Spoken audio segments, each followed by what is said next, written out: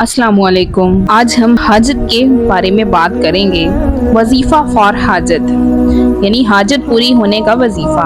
अगर आपको किसी खास हाजत, ज़रूरत, मसला या परेशानी के लिए रूहानी रहनुमाई या वजीफ़ा दरकार है तो कुरान और सुन्नत से साबित शुदा वज़ाइफ आपके लिए मुफीद होंगे। सबसे अहम बात यकीन, खुशू और सब्र के साथ अमल करना है।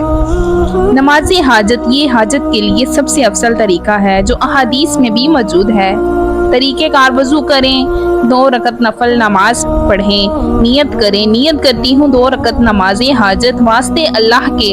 नमाज के बाद आजी के साथ दुआ करें, या रब्बी इन्नी अस्अलुका बिहक़्क़ि हबीबिका मुहम्मदिन तक़दी हाजती। ऐ मेरे रब, मैं तुझसे तेरे महबूब मोहम्मद के वास्ते से अपनी हाजत मांगता हूँ, मेरी हाजत पूरी फरमा।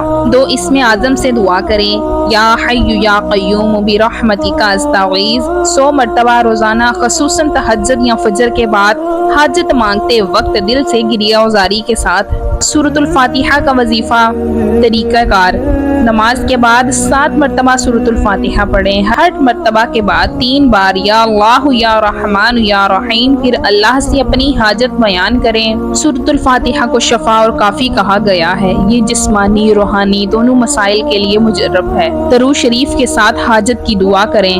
11 बार दरूद इब्राहिमी, 100 बार ये पढ़ें। अल्लाहुम्मा फ़्तह ली अबवाब रहमतिक वयस्सिर ली अमरी वक़दी हाजती।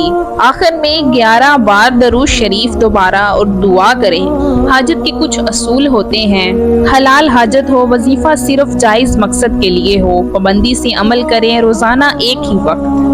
नमाज की पाबंदी जरूर कीजिए, वज़ाइफ तभी असर करते हैं। यकीन कामिल हो, अल्लाह पर भरोसा रखना चाहिए। सदका करें, हत्ता कि छोटा भी दिल साफ कर देता है। अगर आप अपनी हाजत बता सकते हैं, मसलन रिस्क, शादी, बीमारी, औलाद, इम्तिहान, दुश्मन वगैरह, तो मैं इसके मुताबिक खास कुरानी दुआ या मखसूस वजीफा तजवीज़ कर सकती हूँ।